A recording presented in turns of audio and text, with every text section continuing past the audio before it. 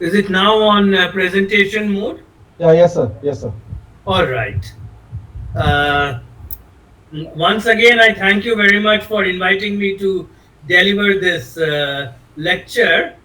Today, I shall be speaking on advances in the state of practice of geotechnical investigation in India. So, my thrust here is on the modern geotechnical investigation techniques and the new techniques which have become quite popular in the country. Uh, as you know, geotechnical investigation practice is rapidly evolving.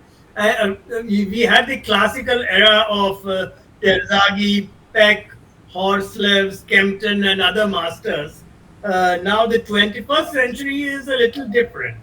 Developments and demands of the 21st century, the geotechnical practices have led to a greater emphasis on in situ tests, advanced testing tools, digital data acquisition. This is becoming fairly important now. And we are facing increasingly complex nature of the problems. These present challenges to the new generation of geotechnical engineers, and they have to work out solutions to complex problems. So, what are the problems? What are the challenges? The conventional methods they are not good enough to design complex modern structures like tall buildings, metros and railway structures, major bridges, refineries, thermal, nuclear, solar power plants, dams, hydraulic structures, etc. So the thrust today is on developing more realistic design parameters, encroach on the factor of safety. A conventional factor of safety of 2.5 or 3 is just not enough. But you want to enhance the factor of reliability. So if you can be more confident of your design, obviously you can push down the factor of safety. So, to be able to estimate realistic design parameters, um, today, because very powerful finite element softwares are being used, so the input has to be more reliable. Because, as you know, garbage in, garbage out. So, if the quality of the input data is poor, obviously the output is not going to be that great. Um, so, what are the aspects that need to be addressed here?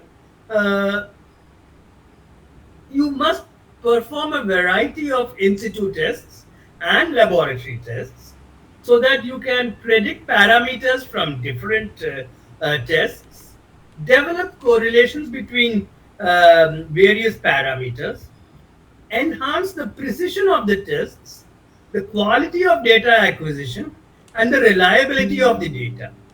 And of course, the most important thing is to use local experience regarding the soil behavior to minimize the uncertainties in the selection of the design parameters. So, there is a great need for upgrading the conventional investigation methods.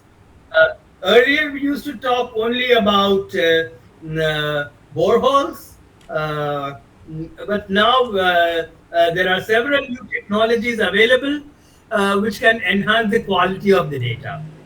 So, some of these tests I will be presenting here. This is by no means the complete list. Um, the first one I will be talking about is SPT energy measurement.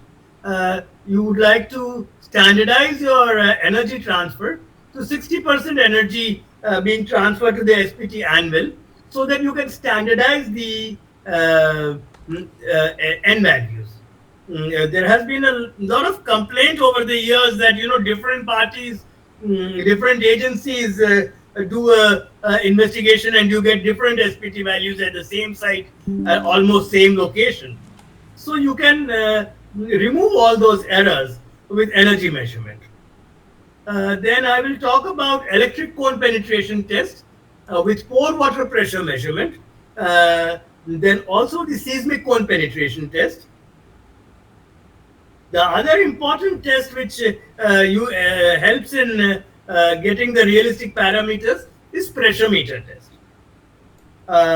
Also, a geophysical test like electrical resistivity test, electrical resistivity imaging, and seismic tests like cross-hole seismic tests, seismic refraction tests, SASW, MASW, and all these. I'll be just giving you an introduction to all these various tests and also presenting a case study demonstrating the benefit of these technology. So let's look at some of these modern technologies being used in the country now. The first one I will talk about is the SPT energy measurement. So as energy calibration normalizes the energy transfer to the SPT sampler so that you can remove the scatter in the values. Thus, you enhance the reliability of the data. So what you should be doing is standardize it to 60% energy transfer. That is called N60. So what the SPT analyzer system has, it has a 0.6 meter long drill rod instrumented with two strain gauges and two accelerometers. You insert it at the top of the drill string. The sensors on the rod are connected to the SPT analyzer, which is basically a computer. With the strain gauges and accelerometers, obtain the force and velocity signals for calculation of the energy transferred to the drill string for each hammer blow. So this is the sorry. Um,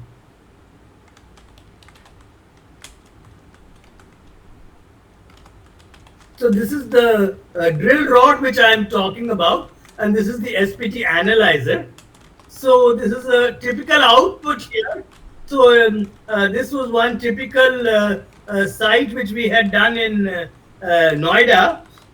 So three different depths the energy transfer was measured, and an average you can see 71% energy was being transferred. So now if your SPT value is say 20, then you'll have to correct it for 60% energy transfer. So it will increase a bit. So 71 divided by 60. So that would be the increase. The CPTU equipment. The equipment you can either use anchors to take the reaction, or you can have a crawler mounted rig. This is the schematic sketch of the piezo cone. It shows you the position of the various sensors. There is the pressure sensor, then there is, of course, there is an inclinometer to measure this thing, and then pore water pressure is measured. So the different types of cones are quite popular, and the most Your presentation is not visible. Sir, excuse us. I think you are not in presentation mode. I think a screen sharing is not working. I think some problem. uh, can you see the presentation in the normal mode? Sir, we are seeing very No, small. sir, no. Should I stop sharing and then Yeah, yes. maybe Yes, stop sharing and share? then continue, sir. Then continue. That will be better.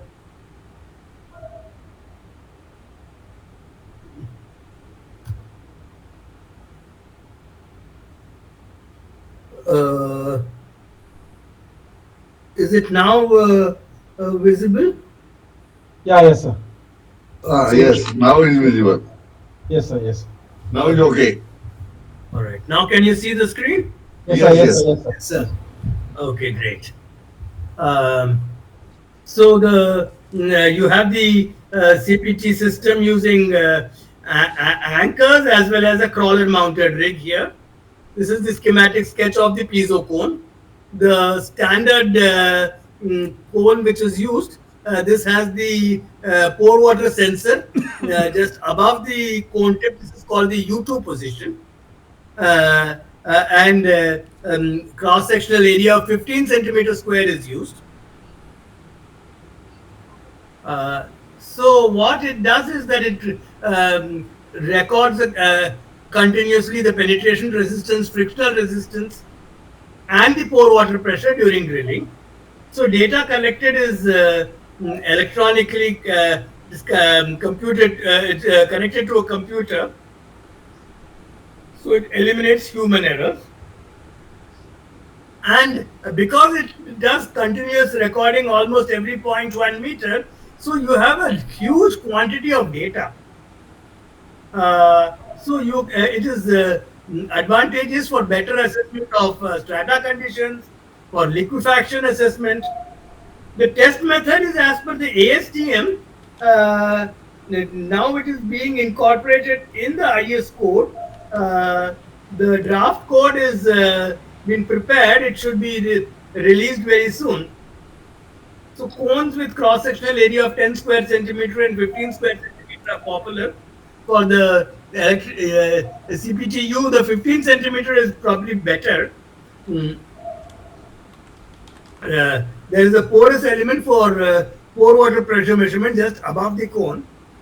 And the advantage is that you can also add other sensors to measure shear wave velocity. This would be the seismic cone, also the thermal resistivity, the electrical resistivity, etc. So these kind of technologies are available. So that's the electric cone penetration test.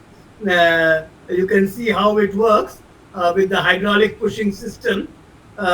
You have the pore water pressure being measured here, and you make sure with an inclinometer you measure the vertical. So you have a continuous push. Every 1 meter you add the rods and go ahead. So this is typical cone penetration test results. You have the cone resistance, the sleeve friction, the pore water pressure you can see being measured here. This is a water table at this level. The friction ratio is sleeve friction divided by the cone resistance, and you can interpret the soil behavior type. Robertson has developed the concepts, and soil behavior type can be measured. Now I'll come to the seismic CPT. So the equipment is basically the same. Only thing is that there is the seismic sensor which is attached above the cone. And this is the data acquisition in progress. So this is what we do. We fix the cone on the ground, and then you have a wooden plank. You hit horizontally to get the. You have two sensors at fixed distance, usually 0.5 meters, and you measure the time arrival between the two, and the difference will help you work out the shear wave velocity. Once you have the shear wave velocity, shear modulus, all other parameters can be computed. So this is the data acquisition system for the seismic CPT. You can see how the data is being. So you directly you get this from the two sensors, and then you rephase it, and so that it overlaps. So you know how good or bad your data is, and you proceed. Now I come to the pressure meter test. This is the Menard pressure meter equipment. There's the control panel, a gas cylinder helps you maintain the pressure, and this is the probe. You can see that. So the Menard pressure meter test, dilatometer, these are finding lots of applications. The Oyo dilatometer is there. There were other kind of dilatometer equipment. The Menard pressure meter is done in pre-drilled, pre-bored boreholes. Self-boring pressure meter is not yet available in the country, but maybe it will come soon. We don't know. Parameters that can be determined from the test. There is the limit pressure, the deformation modulus, in situ horizontal stress, unconfined compressive, that is the shear strength, pre-consolidation pressure, OCR, all this you can determine from the test. So these are the probes here.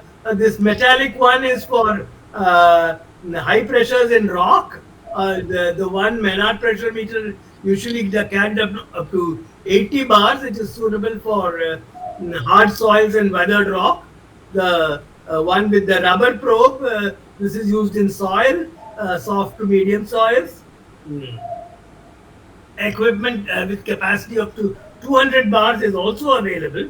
The 200 bar equipment is for medium to hard rocks. Mm. But since bearing capacity and settlement is usually not a problem in hard rocks, the 80 bar equipment is suitable for most applications. The standard diameter of the probe, AX, BX, and NX. NX is more popular. Typical results of the pressure meter test. This is the field curve, pressure versus volume. So you can see here the maximum volume expansion is 900 ml for the NX probe. Initially the probe is first expanded in air, and the stiffness of the rubber parts itself, you have to subtract out from the field curve, and also you expand it in the in a pipe, so the rigid pipe, and you will remove the expansion of the hoses also. So this would be the final corrected curve which you get. So this maximum pressure to which the sample, the soil, it fails here. So this is called the limit pressure. The slope of this graph, this is a function of the modulus of elasticity or the deformation modulus. This is the pseudo-elastic part of the curve. So this is the limit pressure and deformation modulus versus depth for a typical project site. So here you can see here 5 tests were done, and all the tests have been plotted here, and the design profile has been selected. Also, you can calculate the horizontal stress because the pressure meter involves expanding the probe radially. So what is the horizontal stress at that level can be determined, and this is the standard graph which I had made, assuming K naught value of 0.55. So you can see here at this particular site, the actual K naught is probably slightly higher. So you can actually determine the horizon, the operating K naught at the particular depth using the pressure meter. So you can use this for design of the retention systems and the diaphragm walls if you're doing deep excavations. So you have much reliable and enhanced parameters for design of the retention systems. I will go on to the geophysical test. This is the electrical resistivity test. Standard Venner configuration is used for doing the electrical resistivity test. This is the Venner configuration. You have 4 electrodes being embedded into the ground. Also the Schlumberger configuration is used for groundwater surveys.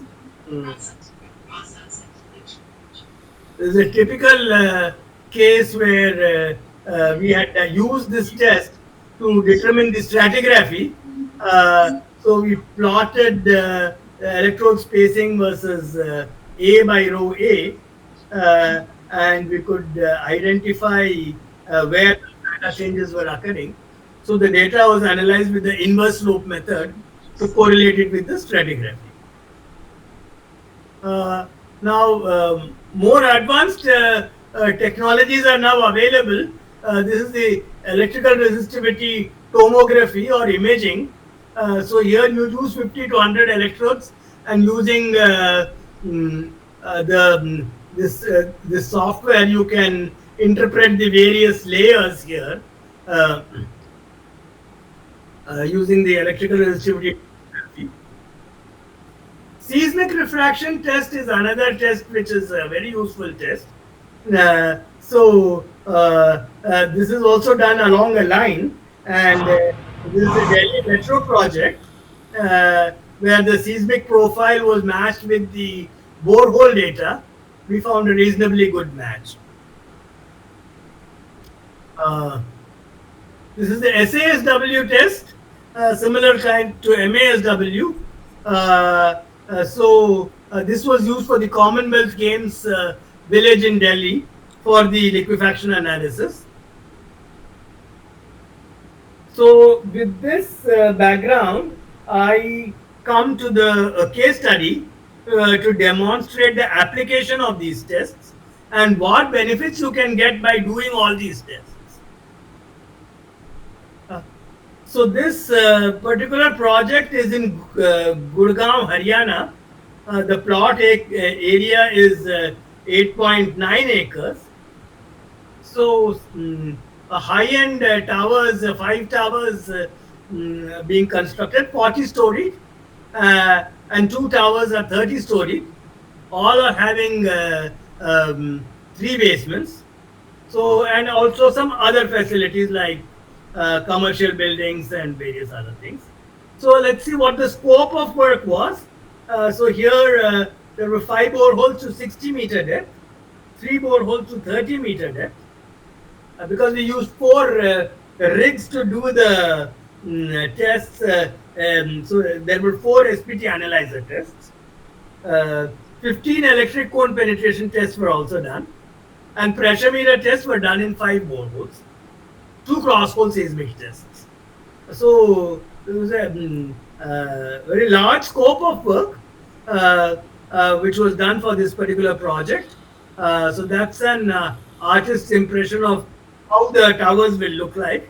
Presently, it's under construction. This is the layout showing the various towers and location of these various tests. This is the plan. Now I have the summary of the borehole profiles. So if you can see here, I have this borehole 1 to 7, and then I have the strata interpreted from some of the CPTs. And all these numbers you see here, these are the SPT values which are corrected for energy transfer. And in the CPT, the interpreted N60 values. I have a complete profile of how the soil characteristics are there across the site. So this is a site very close to Delhi in the Indo-Gangetic alluvium.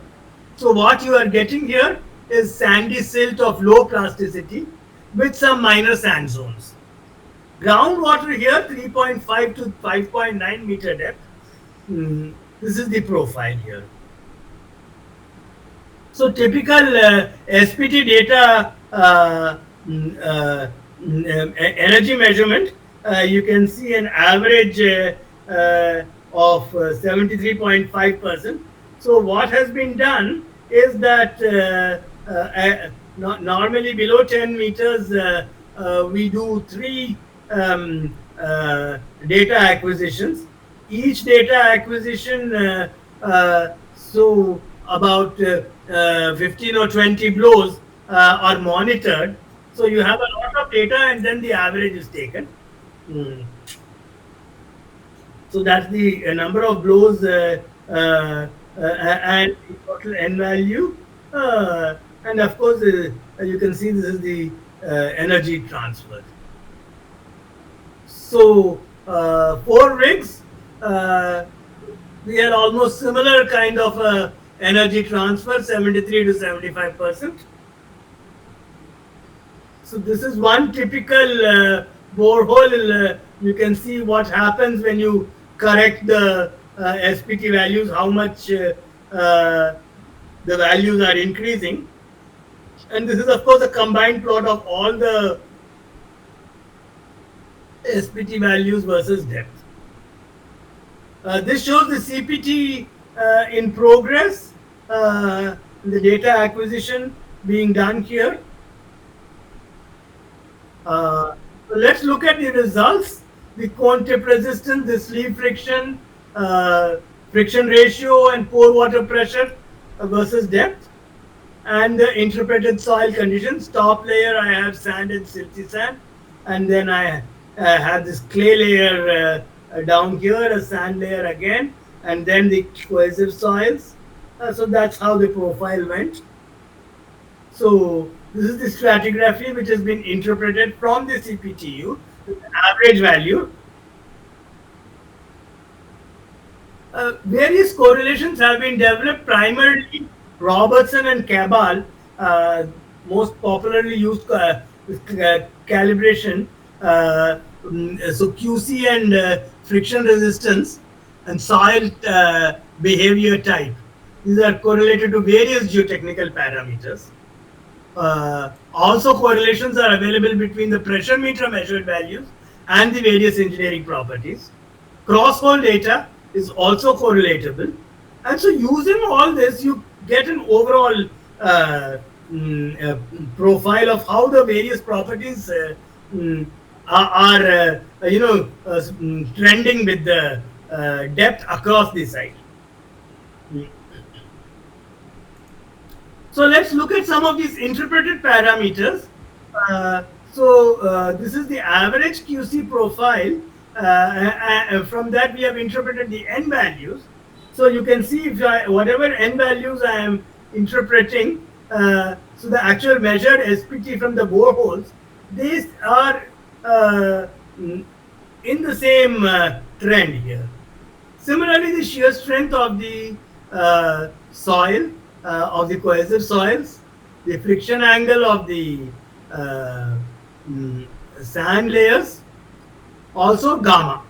Gamma, of course, I am seeing a little lower values. Probably sampling disturbance has affected the density measurements a bit.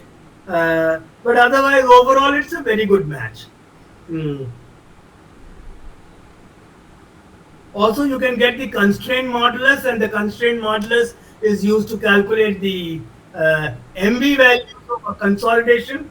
Similarly, the Young's modulus in the sand layers, the over consolidation ratio, the shear wave velocity, the measurements from the cross-hole seismic test has been superimposed here. You see a very good match between the CPT and the cross-hole seismic. So this is the final geotechnical profile, design profile developed from the CPTs. Now I go on to the pressure meter. This is the photograph showing the test in progress. The typical pressure meter data. As I told you, the pseudo-elastic part of the curve is used to determine the deformation modulus. The profile of the pressure meter parameters here. Horizontal stress, we measure the creep volume versus the pressure, and you get the horizontal stress, so you can determine the K naught. So for design of the retaining walls, retention systems and all, diaphragm walls.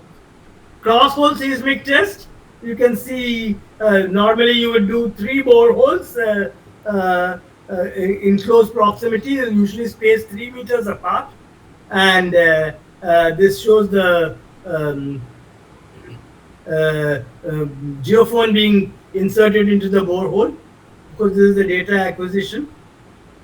So what you get is the wave velocity, shear wave velocity, and the compression wave velocity, and then you can determine the dynamic Young's modulus and the dynamic shear modulus. So the E value, static E value, So if there are lots of correlations available, given in bowls also, and there's the Japanese correlation. Uh, Various correlations are available. Also, the CPT gives you profile the E values. Crosshole seismic test gives you dynamic E. There are correlations to convert it to static E. Similarly, pressure meter gives you the deformation modulus. If you look at this, you get a such a large trend. The borehole based n value based e value is the lowest, whereas the other tests give you much higher values of e. So the higher e translates into lower settlement. So you get a much better hold on the e value. So if you can see here with the conventional SPT, you are at the lower end of here, and advanced testing technologies. So more than 50% increase in the E values. So now, suppose you were to do a bearing capacity and settlement analysis. So because there are three basements, so the basement was planned at 12 to 16 meter depth. So we did the calculations at 12, 14 and 16 meter depth for isolated foundation 3 meter by 3 meter size, and a raft foundation 20 meter by 20 meter size. So the basic testing using the conventional IS 6403 approach, so sorry, these values are in kPa, but if you with CPT and pressure meter, you get much higher values. So the average of the advanced testing, you get 530 as against 340 here. So you can see there is a 54% increase. So as you go down, also there is quite a bit of increase in the bearing capacity and value. So there is a substantial increase in the SBC values from the bearing capacity analysis. So this is a pictorial representation. This is for the isolated foundation, and this is for the raft foundation. Again, settlement analysis we did for 50 mm settlement, although you know that for raft higher settlements are permissible. And so this way you are, if you are comparing, what you get is a 60 to more than 120% increase in the net bearing pressure for 50 mm settlement for using the advanced testing methods. So you get you can end up with quite higher values of net allowable bearing pressure from the settlement criteria also. So this is what you are getting from the advanced testing for the 3 meter by 3 meter size foundation and the 20 meter size raft. So this is the increase you can see for isolated foundations. You are getting a 60 to 70% increase. For the raft, I am getting much more than 100%. So this means that I am going to use much higher bearing capacities, and I am more confident that those numbers are safe. Also, let us look at pile capacities. We did a calculation for 1000 mm diameter board piles with pile cutoff level at 12 meters. The trends were similar. You are getting much higher pile capacities, 76 to 86% increase in the pile capacities. So we had 26 to 32 meter long piles below the cutoff level. So this is the trend which you are getting here. So the deeper the piles are having much higher capacity. What does this translate to? It translates to money being saved. So I use higher bearing capacities. I use smaller rafts. I don't need piles because my bearing capacity has increased from 34 ton per meter square to 77 ton per meter square. Uh, so instead of using mm, first install the piles and over that you place the raft. Here you only need a raft foundation. You don't need the piles. So if we had done the conventional analysis, I would have ended up with 200 piles per raft. And if I were to look at 5 towers, I am looking at a saving of mm, 21 crores. Uh, of course, the one issue was that because we are providing only raft and the water table is shallow, so for uplift we had to design some anchors, and 4.65 crores was the cost of the anchors, but still the net saving is more than 16 crores. So what we did was the client ended up spending 45 lakhs in the geotechnical investigation additional cost, but his saving was 16.35 crores. So look at that return on the investment of 3,600%. So plus in addition to that, there was the saving in construction time because you don't need to install the piles, do the pile load test, and all that is not required.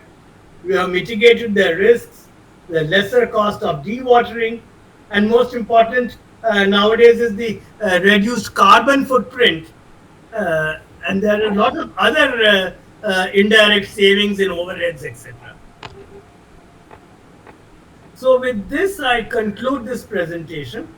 With a variety of in-situ tests available, modern geotechnical investigation should effectively collate data from various tests to select a realistic design profile for foundation analysis.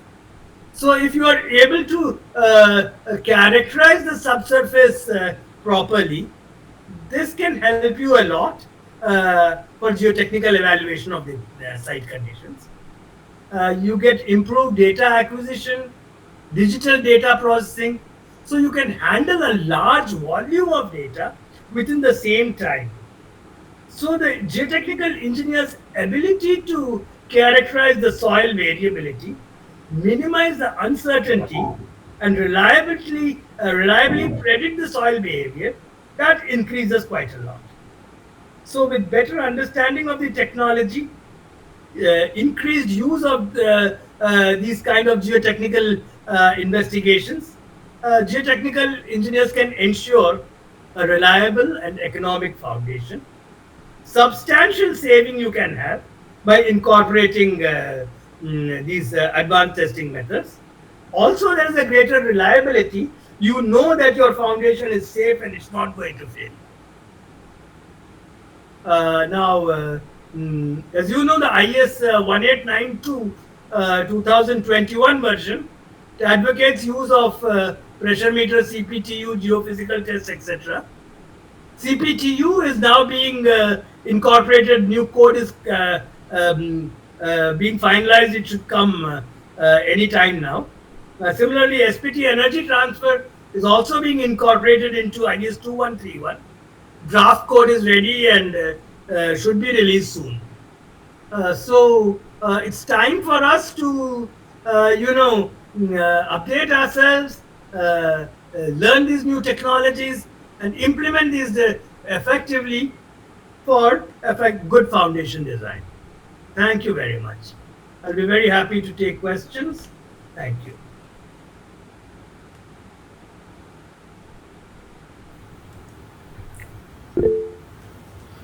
Thank you, sir. Now it is the time for discussions.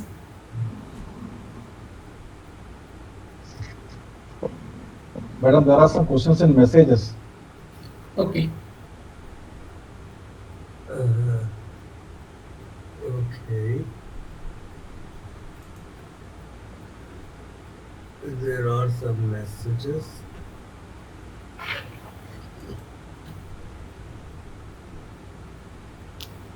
Hardik Ashara. Ashara. Yes. Sir, may you elaborate limiting pressure in pressure meter test? Okay. When you do the pressure meter test, you are actually expanding the probe inside the borehole, and that is how the failure is occurring. The limit pressure is that pressure at which the maximum pressure that you can apply becomes constant, and so you get a peak value of the uh, pressure. I had shown. Mm,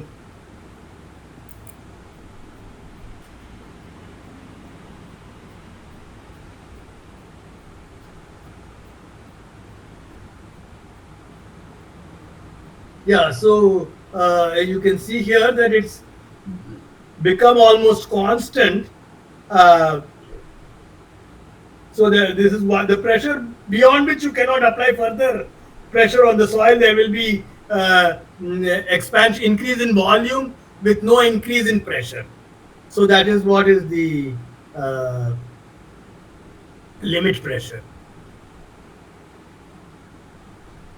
Thank you, Dr. Krishna, Krishniya. Um, Sir, that this you have excellent methods. All the methods you have. So you cannot suggest any other method to use.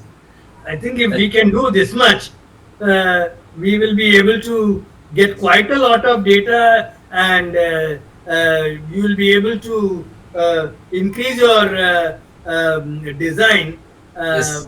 much better. Yes, sir. Yes, sir. Yes, sir.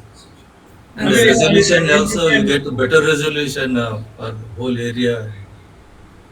number one, like this case study I showed, you could save more than 16 crores uh, and save on the time of construction. So, what more would you want? Yes.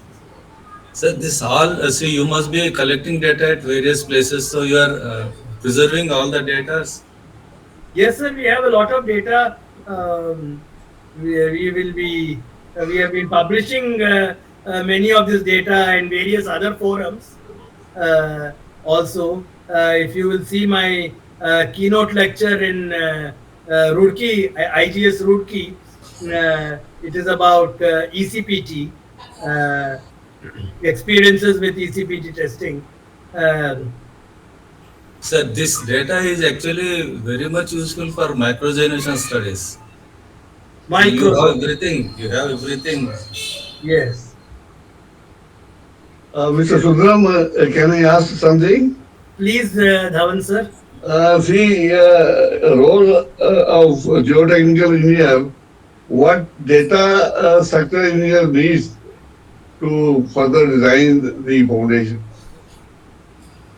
Sir, normally the structural engineer is always looking for what is my bearing capacity. Yes. Okay, instead of giving him a lower value of bearing capacity, I give him a much higher value. Secondly, various other parameters which the structural engineer requires, like the modulus of subgrade reaction, modulus of Mhm. elasticity of the soil, Right. C5 values, all Mhm. these density. So all these parameters, whatever you are looking for, I can give you a much better handle on it and more reliable value of the various numbers. So that is what is the benefit of the structural engineer. So now we have different type of foundations. Say isolated footings, combined footings, outer piles. Right. In fact, in different type of soil, we have to recommend that this is a type of soil that is recommended for this type of structure. Am I right? So that geotechnical engineer has to recommend no. So This particular is the type structure of having foundation. This is the type of 40-story foundation. building. So I mean, what type of foundation that we need, and what depth that we need. That of course the structural engineer is required, and that probably you need to assist the structural engineer for Yes, giving. of course. What you can tell the structural engineer, depending on the loads, the structural engineer can decide what kind of foundation is required. Like in this Mhm. case study, if by conventional analysis, we would have recommended piled piles and piled raft, but Mhm.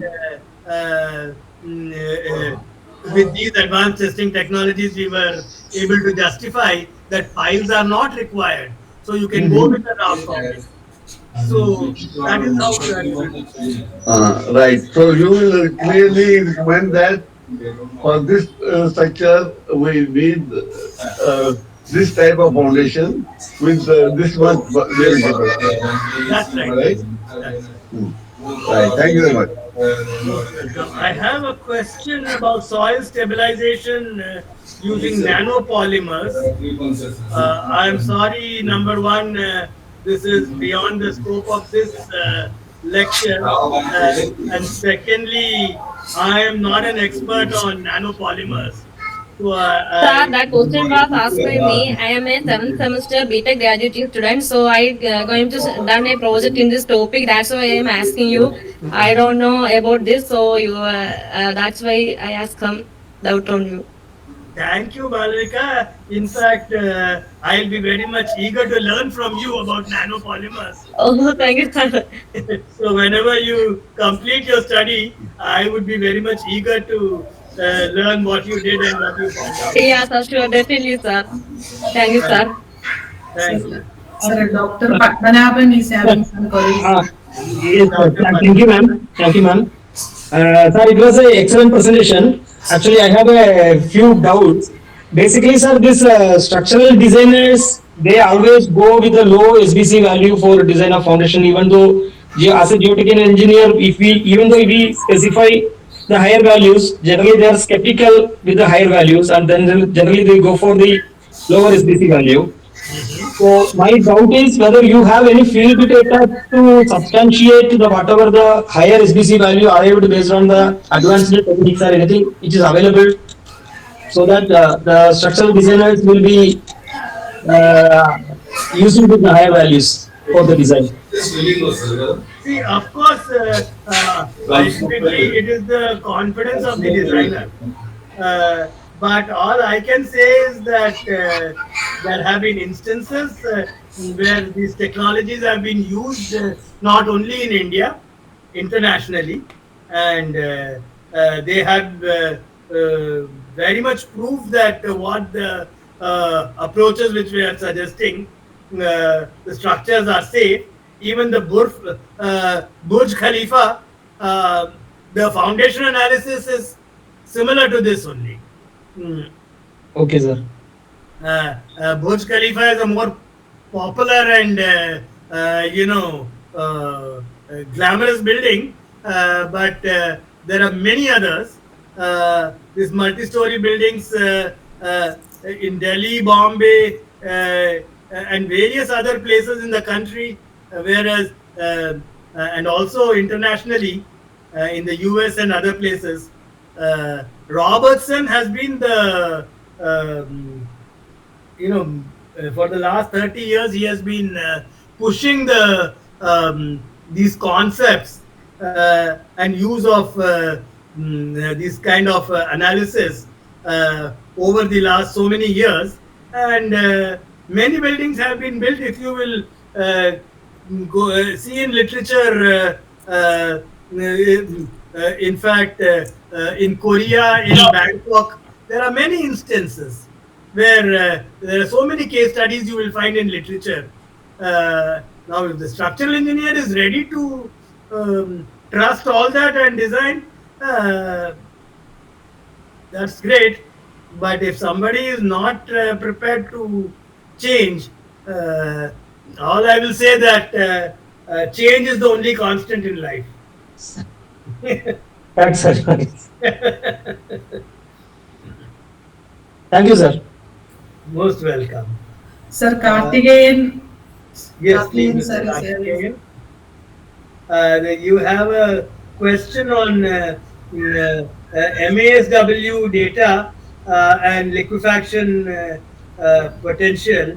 Uh, well, I have the data of SASW and borehole data at the Commonwealth Games village site in Delhi.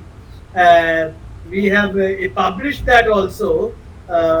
If you will, I can share the paper if you want, which gives you comparison of the depth of liquefaction using MASW, boreholes, and CPT.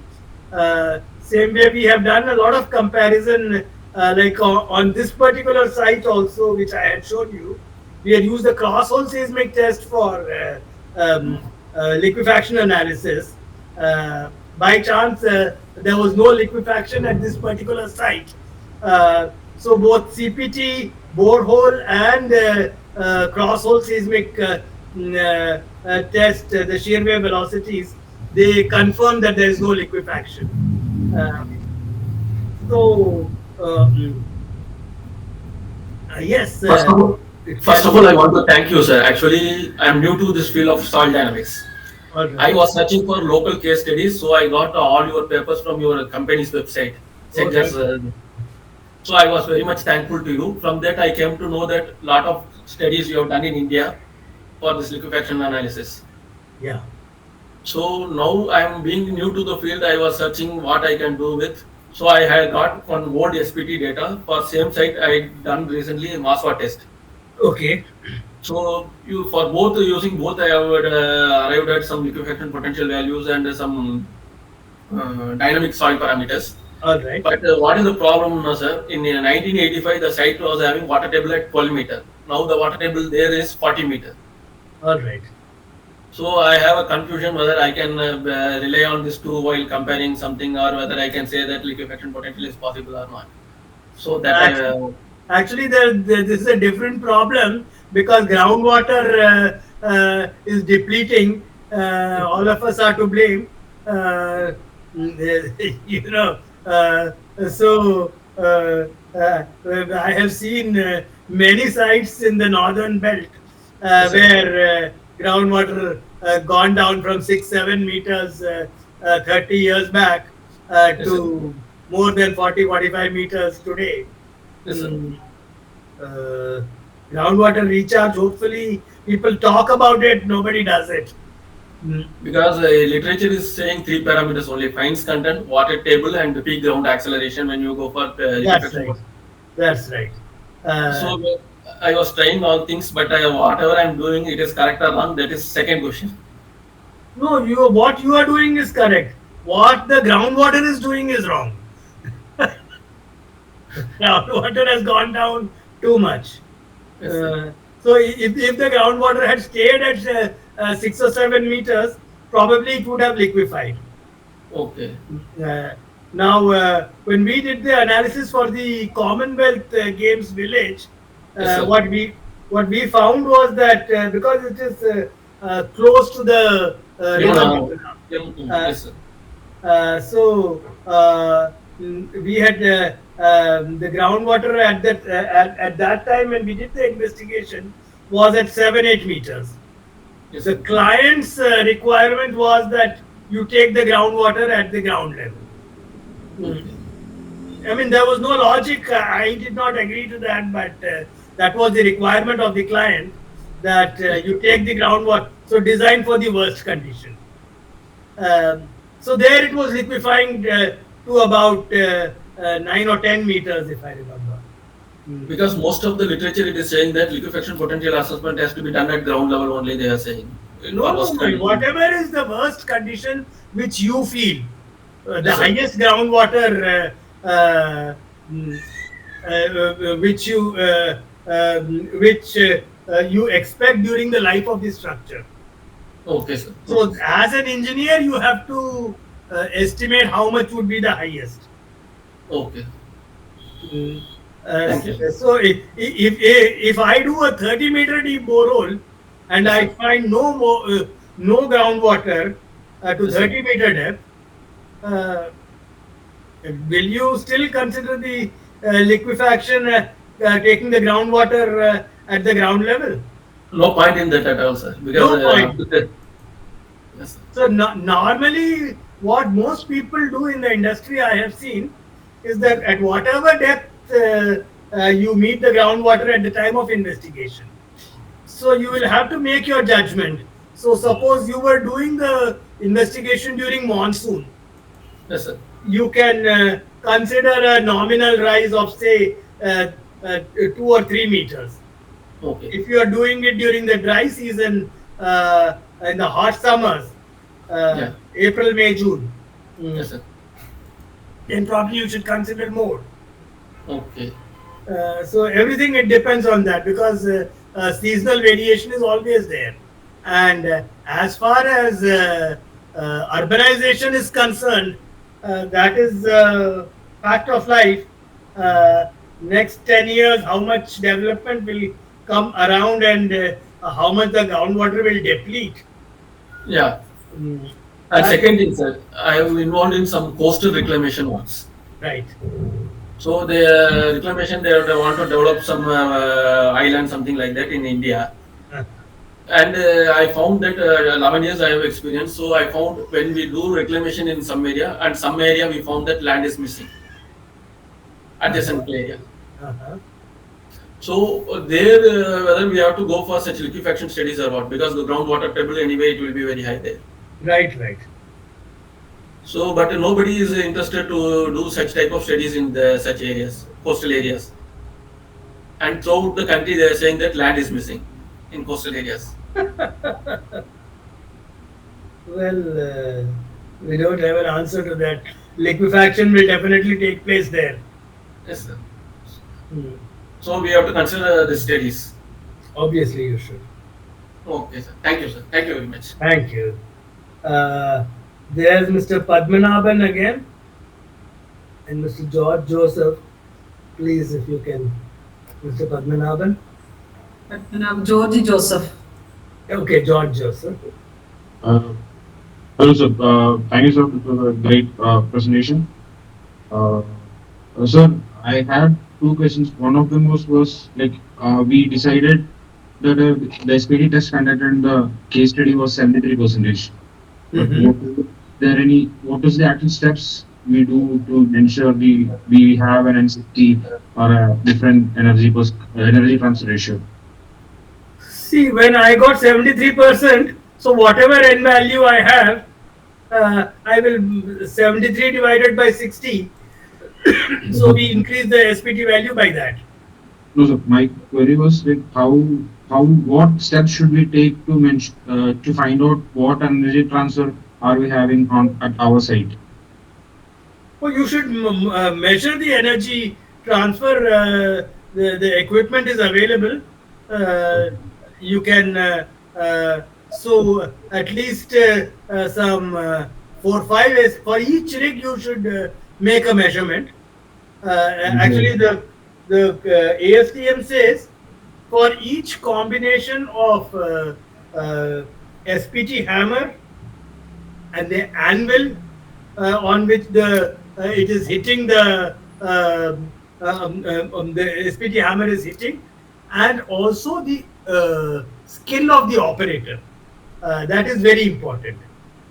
So if you were to change your operator, you would have to do the energy measurement again, unless you know that this guy is equally skilled. So there are equipments readily available that which we can install on our equipment to test the energy transfer. The equipments are not readily available, but there are many agencies who have this equipment, and you would have to hire them to come to your site and make the measurements.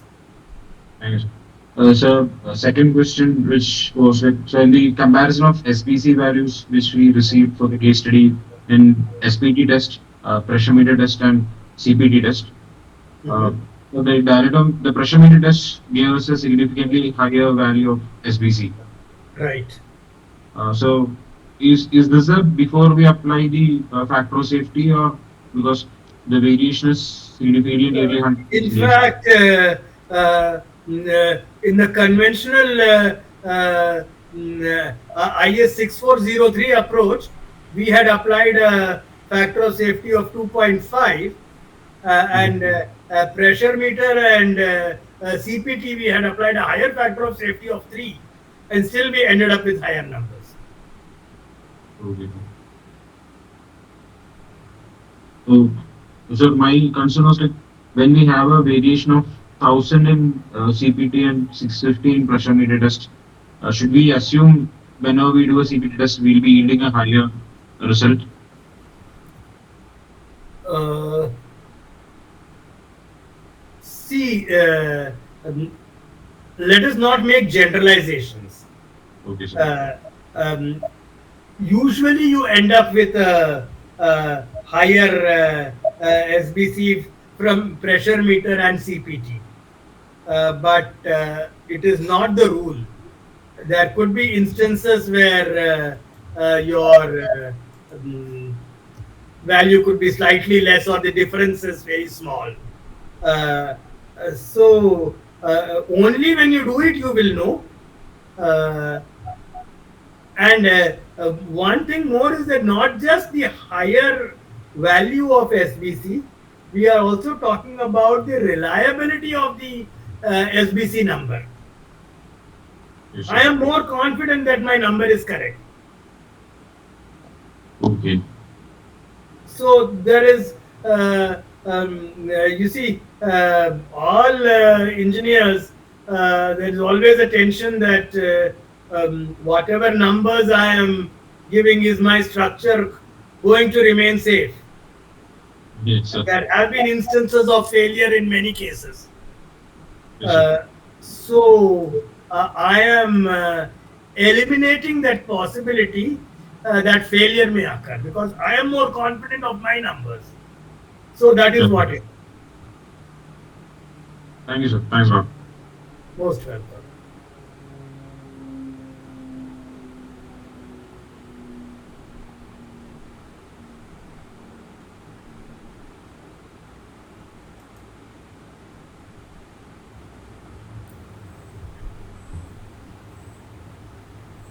I don't know if there's anything else.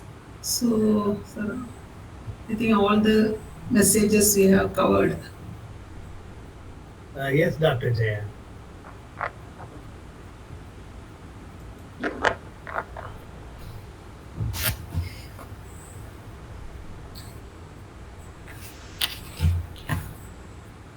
So now we can conclude this section, isn't it? Devan sir? Yes, madam. Okay, madam. So please summarize.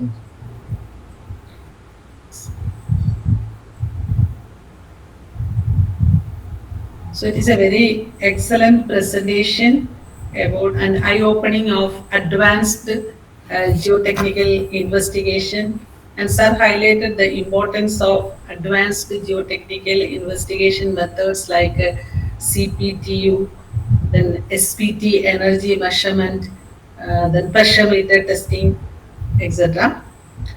So also sir emphasized that the proper characterization of soil profile will improve the confidence in construction, and it can save money and time.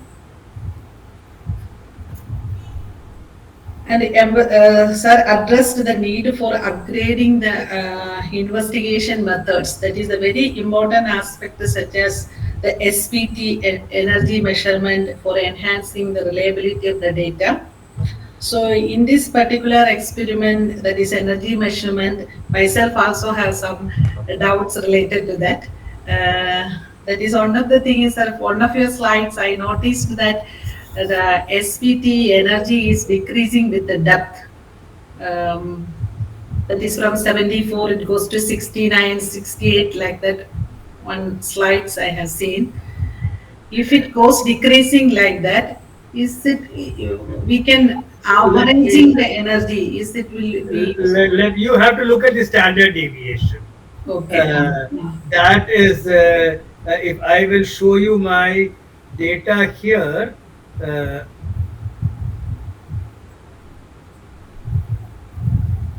Yes, can you see that, madam? So I think you have to share your screen. I'm sharing the screen. Can you see it? No, sir, PPT is not visible now. Okay, I will try to share it again. Uh,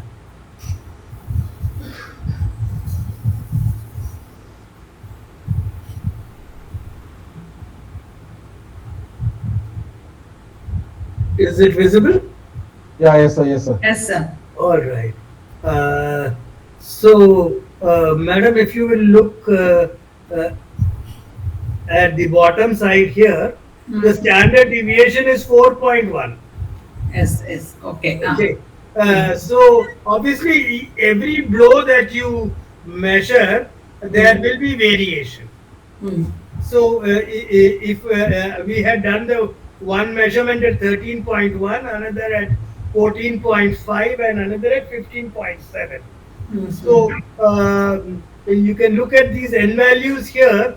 So all these 30 blows at 13.1, the measurement was taken and the average was 72.4. Okay. And same way for the others. Then all that data, so I have 36 plus 26 plus 22, that many data points. For that, the standard deviation is 4.1. Okay, sir. Now I understood. So I have a maximum value of 86 and a minimum value of 61. That's why I noticed that big difference is coming in the values. Yeah. But the standard deviation is only 4.1. Okay, okay. You have to, as long as, if that standard deviation is too high, that means that the SPT equipment that you are using is inconsistent. Okay. It is not transferring uniform energy to the anvil, which means that you need to repair that machine, the SPT system, so that you get a more consistent Yes, yes. energy transfer. So all that earlier you never knew what is happening. So you end up with one n value and you think that is fine. I think, sir, the code will specify that limit of standard deviation and all these things, isn't it, sir? Once the code comes. The code, in fact, I was part of the code committee. We have not put in what should be the maximum standard deviation and all, because first of all, we thought that acceptance by the industry is more important. So right now, except for some 5 or 6 companies in the country, almost nobody has experience on this. Okay, sir. Now, when it becomes popular, Okay. and I have almost every company doing this measurement, then we will be able to see what the trends are in the different places. The agencies in Kerala may be different from the agency in Punjab. Okay. So when we are talking about the entire country, to standardize everything is at this stage too difficult. Okay. So the primary purpose what the code committee felt was that let us bring in this concept and let people accept it, and let us try to see how much, what help it does, and what is the impact. Okay, sir. Then maybe the second revision there will be more Restrictions or more. and when you get the feedback from the industry that this is the problems that we are facing, then maybe solutions can be worked out. Okay, sir. Thank you.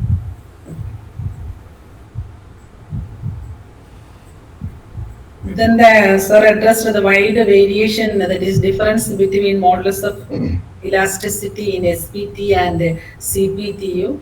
that is a very informative, that is very useful to the geotechnical engineers while calculating the settlement criteria based, that is allowable bearing pressure calculation. So with this, I thank sir for giving a very informative talk about the advanced geotechnical investigation, and all the participants are delighted with your presentation. I thank you, sir, for giving this wonderful presentation. To Jay Mohan, Thank you, sir. madam. I'm greatly honored that I could make this presentation, and an expert like you was able to attend this presentation also. Thank you. Thanks. So thank you, Professor Jaya. Sir, I will now propose a vote of thanks. So, on behalf of IGS Tirunandan chapter, we express a heartfelt gratitude and thanks Ravi Sundaram sir for his wonderful presentation, and and it was so informative. So, thank you, sir, very much. Thank you very much. Thank you very much. And I thank the executive committee and all the members of IGS Trivandrum chapter for this wonderful initiative of GeoAnantha. So I hope we had a great beginning, and in the months to come, I hope it will go much better. And I thank all the participants for being with us for the wonderful interactions. Of course, those interactions also was interesting and much informative. I thank all of you, and we look forward to more interactions with Ravi Sundar sir in future also. So thank you, sir. Thank you so much again, and and I hope we can conclude the meeting. So good night, all of you. So thank you once again, sir. Thank you very much, Dr. Jayamohan.